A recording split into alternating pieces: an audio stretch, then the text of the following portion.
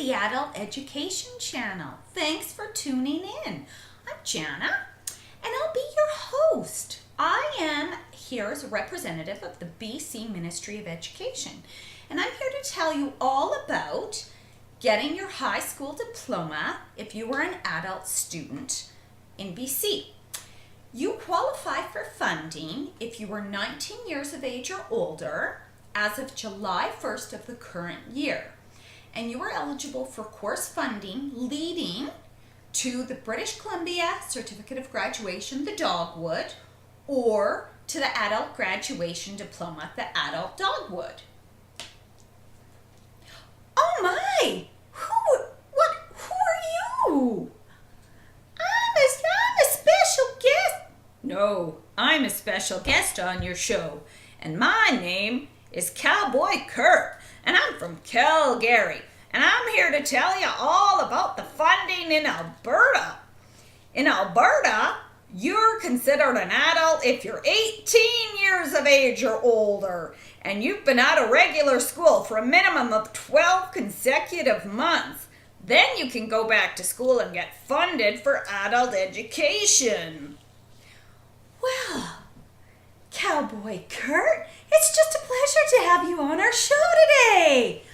Well, thank you, ma'am. You're mighty pretty this afternoon. Oh, Cowboy Kurt. All right, so getting back to our show. Oh my, another special guest. Who are you? I'm Fisherman Fred, and I'm from Newfoundland. And I'm here to tell you all about how to get your high school diploma if you live in Newfoundland. Well, Fisherman Fred, it's sure nice that you could join us today all the way from Newfoundland. I sure love your raincoat and your rain hat. You're looking fabulous. All right, so we'll talk to you after. Okay, so back to our show. This is a surprise to have these special guests visiting us. So the rationale for British Columbia for funding adult education is to prepare adults for entry into further skill training programs, technical institutes, colleges, universities, and direct employment with the intention to help adults increase their skills to keep their jobs or to get better jobs. And I believe the rationale in both Alberta and Newfoundland that is the same. Would that be correct, Kurt and Fred? Why, yes, in Alberta, we want Albertans to get better jobs and to make more money. And me too. In Newfoundland, we want to have our newfies get better skills. Well, that's just fantastic. Thanks, guys. All right, so there are several qualifications to getting your funding. You must be enrolled in eligible courses. Not all courses are eligible. The core courses are eligible. They must be documented on a course enrollment form. The adults must meet the attendance requirements. That's a big one because sometimes just because you sign up doesn't mean you're going to get funded unless you show up. Also, they must be students. You must be a resident of BC. And you must be assessed and evaluated by an employee of the Board of Education who is certified by the Teacher Regulation Branch. Now, Fisherman Fred, do you want to tell us a little bit about your program in Newfoundland? Because I understand you have something called the Alberta Basic Education. Yeah. The ABE, we're going to call it the HABE. The HABE is a provincial program for adult learners and is made up of 3 levels. Level 1 refers to basic literacy and roughly equates to K to 6. Level 2 is like grades 7 to 9. And level 3 is like grades 10 to 12. If you're on EI and you've identified your need for basic education, then you can receive support, like for tuition and childcare and also transportation. Well, that sounds like a fantastic program, Fred. Thanks for letting us know. Cowboy Kurt, do you have anything to add to this conversation? Well, yes, I do. Alberta Works Income Support, that's available to eligible students to participate in employment and training programs. Tuition, books, and supplies and income support may be available if you qualify as an eligible learner. Well, thank you so much. Now, I just want to mention a few revisions to the policy. Have you had any revisions to yours? No, nothing's happened in mine, but how about you, Fisherman Fred? Anything happened with you? Well, yeah, actually, thanks for asking, Cowboy Kurt.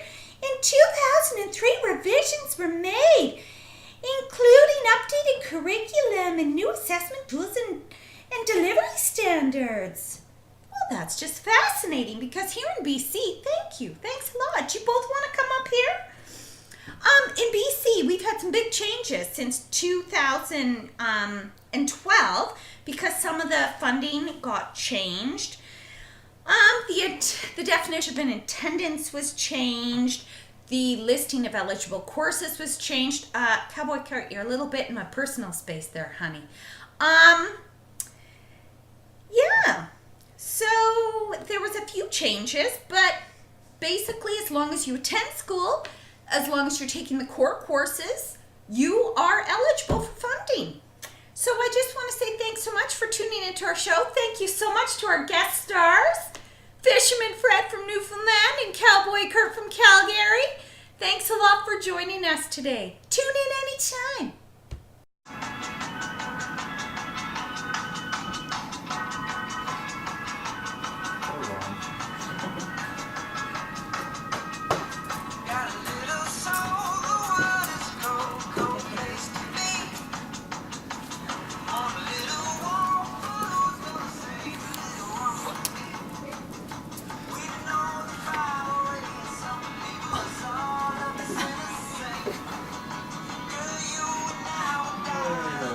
Welcome to Talk Time with Trixie.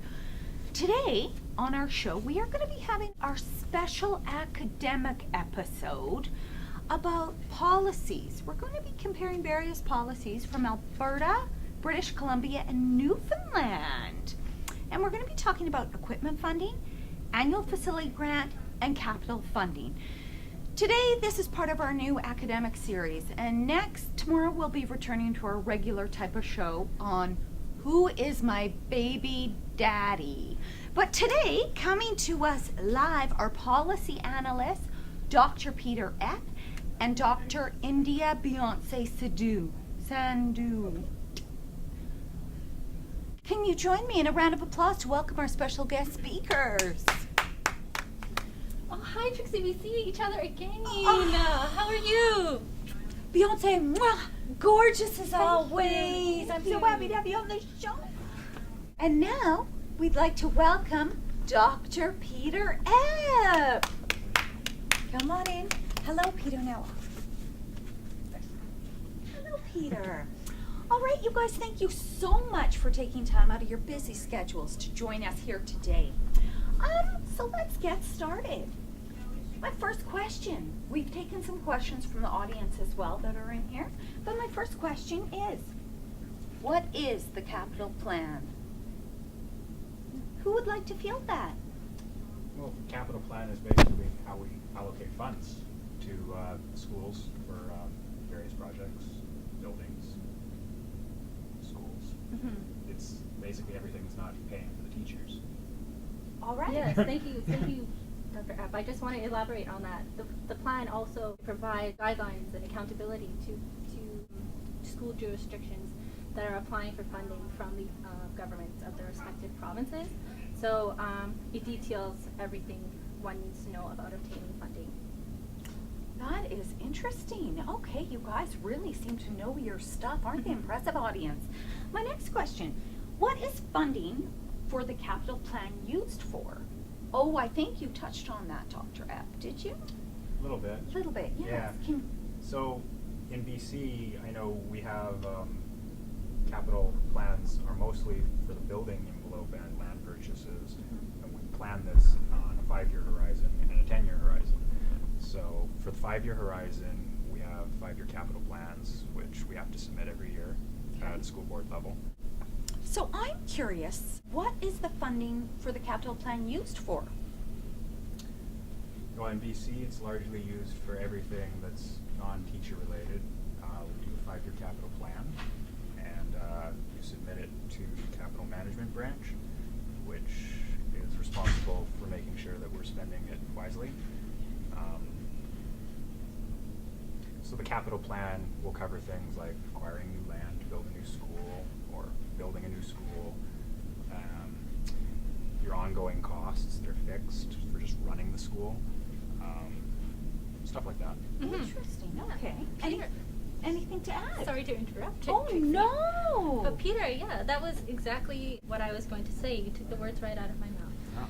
But I just want to also say that in Alberta, we have a 3-year plan. Things that they fund for is emergent, expanding facilities, modernization, modular classrooms, and leasing. Yes. Okay? Yeah. Yeah. And I guess maybe we should mention that all of the funding decisions do happen at the school board level. It's not the ministry telling us what to do, it's the school board making a plan and then getting approval. So, Something I've noticed in these questions is you've not mentioned Newfoundland, and you are Newfoundland funding experts. So why the lack of information, or why have we not heard anything about it? different level of trust. They work on a totally different level of trust, well Yeah. said. But one of the things that you should know is that boards within the province, as of September, they've amalgamated into 2, English and French. So they are in the process of restructuring several things with regards to funding, and their websites and information is kind of Yeah, it's basically just a completely different size and scale. I mean, Right. you've only got 2 districts to deal with compared to our, 50 or 60? right. That is fascinating. All right, thank you. The big question Trixie is having right now is what kind of circumstances affect how much funding a district receives? I think our viewers would love to hear the answer to that. Thank you, Trixie. Before I expand on that, I just want to let you know a little bit more details about where the funding goes. I kind of brushed it off the last time. All right. Yeah, you can go to emergent schools, so they're new schools that are in the works. It can go to expanding facilities, so if you need a new room, a new computer technology space, or a new gym or something, that would be included in expansion facilities. Modernization, you just need new things in your classroom to make it more up to date. Bigger desks. Yeah, bigger desks For your larger larger booties. improved gym, seating space, and especially modular classrooms. Those are one of the big concerns. And if you're not sure what modular classrooms are, those are what we termed portable classrooms. So those are one of the major things that schools look for when they need extra space, and that's one of the options they have. They're really quite nice nowadays. Yeah. I did a tour of one in one of my previous episodes. Maybe you've seen it. Trixie sees a modular classroom. Mhm. Anyway, Yeah. continuing. Right. And then some of the things that the governments look for Yeah. when they're going to provide this funding is things such as safety, This is the cost drivers, right? cost drivers, Yeah, right? it's like you've got northern and rural areas have a huge busing cost driver. So we tend to try and give more funding to offset what they're facing when they have to bus students further than you would in, say, Kelowna. Right. And there's other things. There's the There's a building condition. Yep, building There's condition. utilization rate, how many students are walking in these doors. and then there's also declining enrollment issues Mhm. faced in Mhm. most of rural BC. Right. It's got to be offset. Our budget in BC actually allocates 1% funding to deal with it. Mhm. It's kind of been policy for a while now. Yeah. Good. Can you briefly briefly describe or give us an idea what the approval process for the capital plan is in the 3 provinces? Well, the one main thing that binds all of these provinces together is that they must follow what is written in the School Act and policies and procedures as prescribed by the province. In the province of Alberta, one of the major things is a memorandum of understanding in which combined the Alberta infrastructure and Alberta education. Combined, they make decisions with regards to funding. And BC, It's pretty standard across most Canadian jurisdictions. You have to create a written plan, submit it annually, get approval from your Ministry of Education. Mhm. It's pretty standard practice. Yeah, it's quite simple. You do all the requirements, make your budget, submit construction plans, and detail exactly how you intend on spending the money.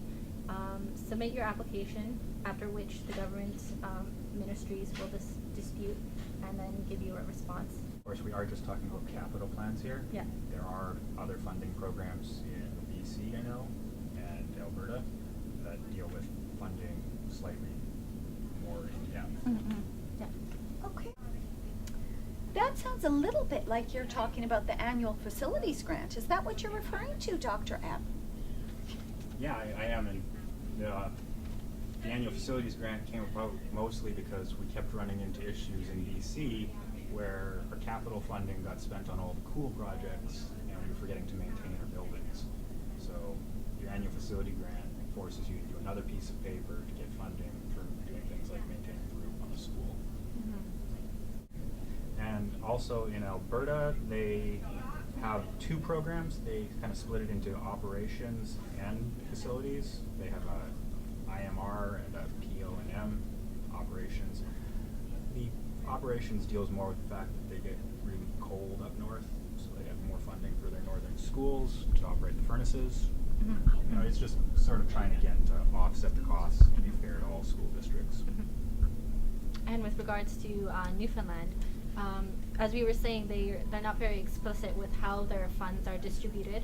But if you do go onto their website or search them, you will discover that they do have figures detailing how much funds are distributed between. We're almost out of time, but my final question for you is, I understand we've got the schools, we've got the kids to put in the school. How do we fill the school with the stuff the learners need? Dr. Sandhu? That's a great question, girl. Thank you. Thank you. Yeah, I just want to say that that's a really important question. Some of the things that we need in school is millwork, like shelves, wood supplies, cupboards, benches, chalkboards, built-in seating. We also need storage units, gym equipment, library shelves, dividers, lockers, trolleys. To get this kind of information, you need to apply for it through the capital plans. It's as simple as that. And is that the same for all 3 provinces? In the question of British Columbia, it's quite the same thing, and for Newfoundland, it's kind of on a school-by-school basis. And then, if you do not receive funding for what you've requested, individual schools may do their own fundraising and search for their own funds, other grants, and other fundraising activities to fill the school with the equipment that you're looking for. I mean, I think all provinces do it. I'm most familiar with BC's. You go into the ministry, they will rank your projects according to what they think is most effective use of tax dollars, because Right. it's a limited amount of funds. Right. Fascinating. Thank you so much for being here, doctors, and taking the time out of your very busy schedule. Now come stand up so I can hug you. Thank you. Peter, should you I don't know. Reach around and grab my booty. No, I don't think so. Ah!